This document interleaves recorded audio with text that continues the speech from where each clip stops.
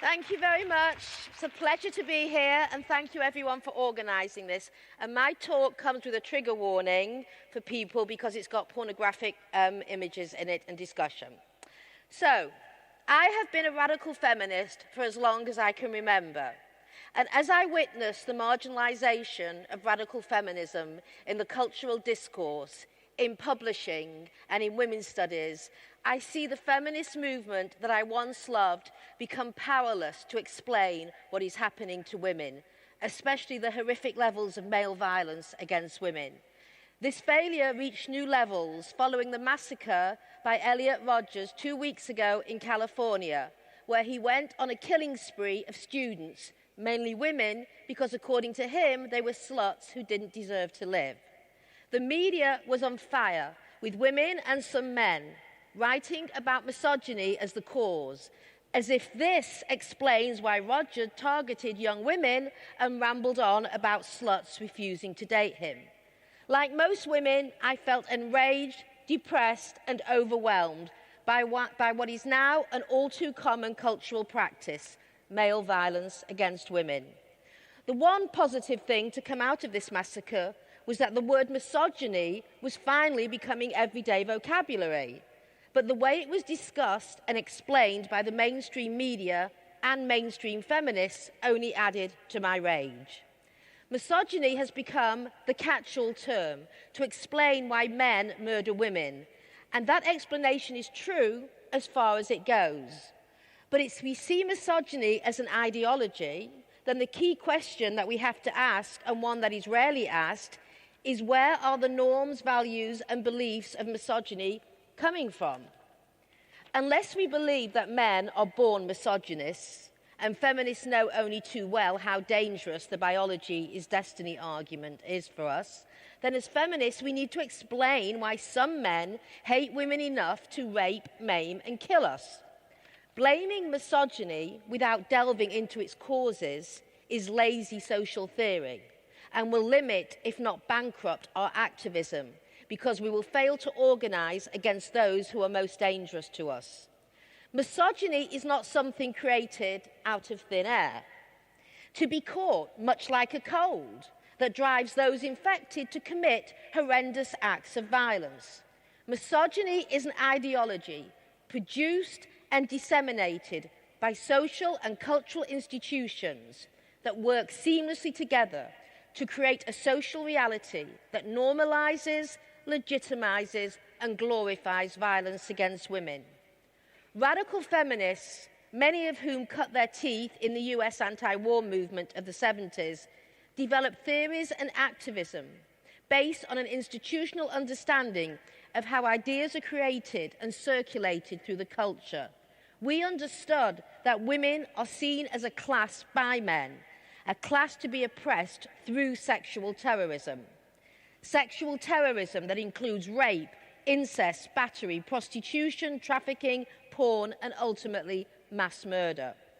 Understanding women as a group with a collective class interest stems from a critical understanding of how power works and how it is produced minute by minute, hour by hour, day by day.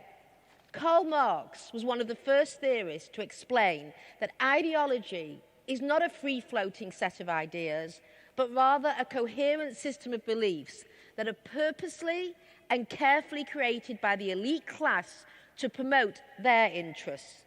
Using their ownership of key cultural institutions, the elite then set about distributing these ideas until these ideas become the dominant ways of thinking.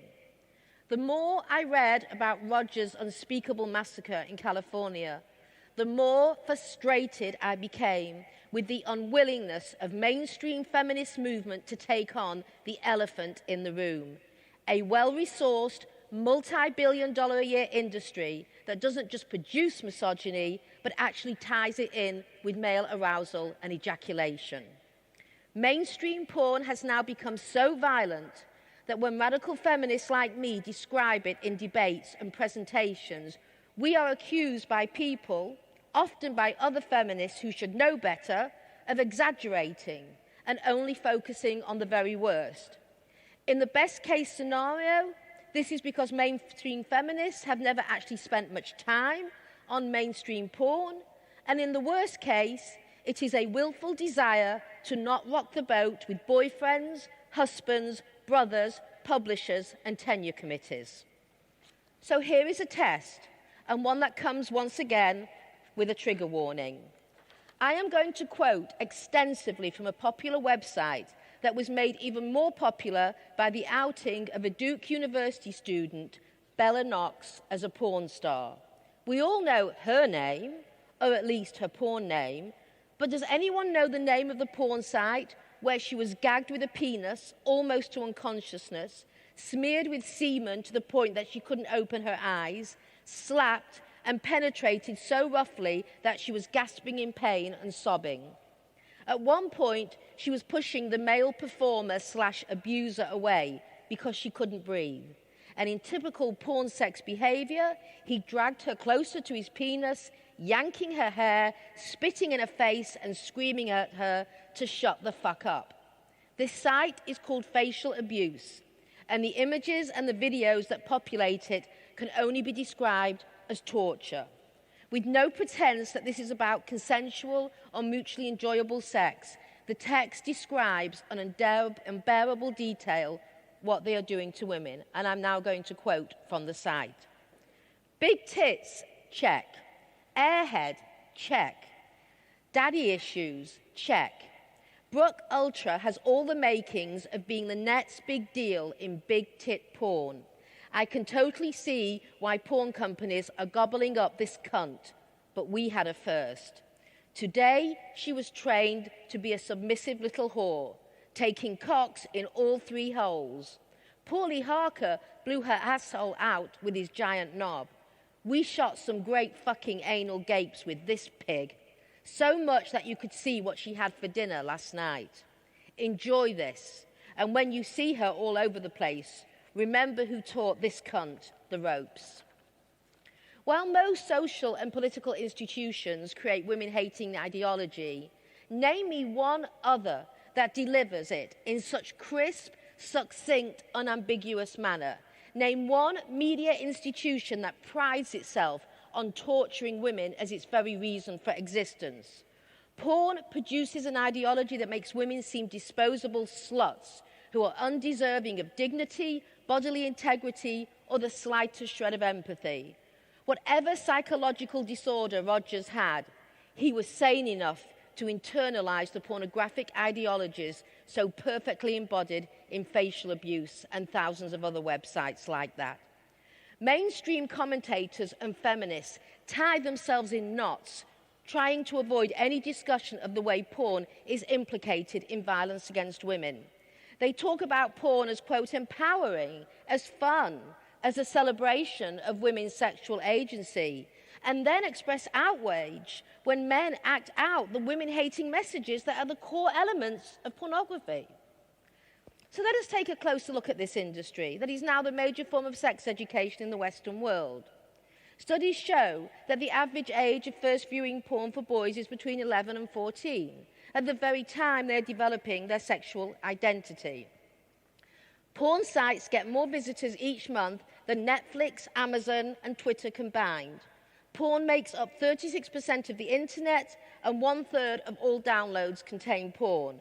There are more than 1 billion porn web pages and 68 million daily porn search engine requests. And one of the most popular search engine requests in the world is teen porn. This is a business with considerable political clout that interfaces with credit card companies, mobile phone companies, search engines, satellite and cable companies, venture capitalists, hotels, and real estate developers, to name a few. Any industry this size, whether it sells food, cars, or clothing, is going to shape the social, economic, cultural, and political landscape that we all inhabit. To suggest otherwise is to ignore the power that capitalist industries have in molding human behavior.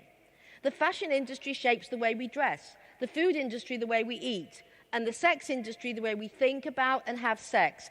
How can it not, given that it is the main producer of ideologies about gender, sex, and sexuality? These degrading and misogynist images have become the wallpaper of the lives of young people, robbing them of an authentic, healthy sexuality that is a basic right of every human being. Websites with names like Gag on My Cock, Suck Me Bitch, Ghetto Gaggers and Human Toilet Bowls make clear that today's porn is about making hate to women's bodies, with sex acts designed to deliver the maximum amount of brutality, humiliation and degradation. On one site advertising the movie Anally Ripped Whores, the text reads, and I quote, "We at Pure Filth know exactly what you want and we're giving it to you. Chicks being ass-fucked till their sphincters are pink, puffy and totally blown out. Adult diapers just might be in store for these whores when their work is done." Before you think I spent hours looking for the worst examples, you should know that I got to all of these within 20 seconds of going onto Pornhub, the most well-known porn site in the world. Most of the porn produced is within a capitalist industrial complex, setting which does to sex what fast food industry does to food. It commodifies it, and you end up with a product that is generic, formulaic, and plasticized, totally lacking in creativity, imagination, authenticity, and individuality. This is what it means when a product is industrialized, and this is why it is ridiculous to suggest that being anti-porn is the same as being anti-sex. When I criticize... Very good. When I criticize McDonald's, no one accuses me of being anti-eating, since people understand that I'm critiquing an industry, not a human act. In porn, women are not human beings who need good jobs, safe housing, equal pay, or free daycare.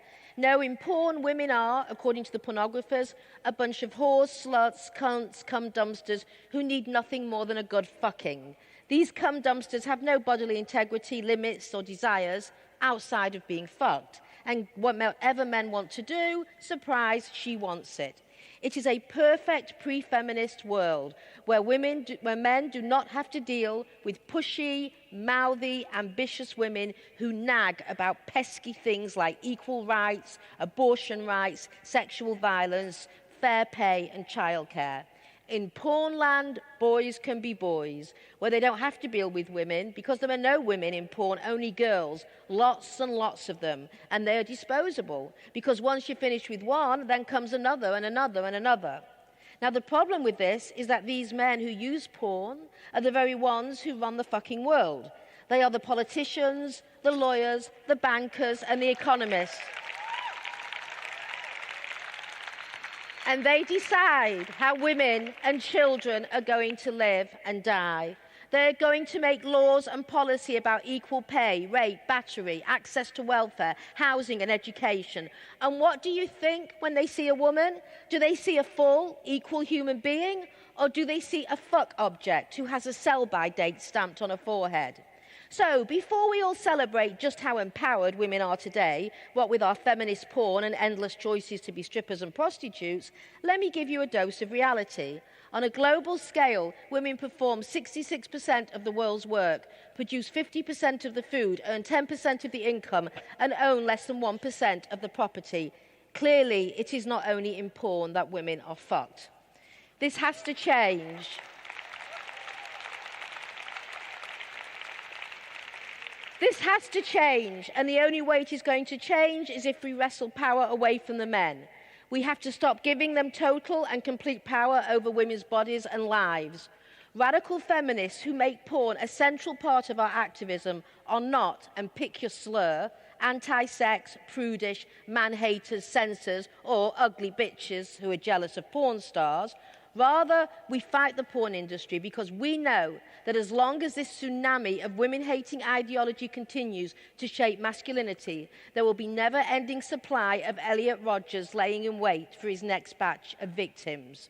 Porn tells men lies about women. It tells them that women don't matter. It tells men that they have unquestionable rights to do whatever they want to us. It tells them that they have nothing to fear from us because we will not fight back. Patriarchy tells men that we will not miss all this woman energy that men have destroyed. But sisters, they are wrong. We miss these women. They are our sisters, they are our daughters, and we want them back. Thank you.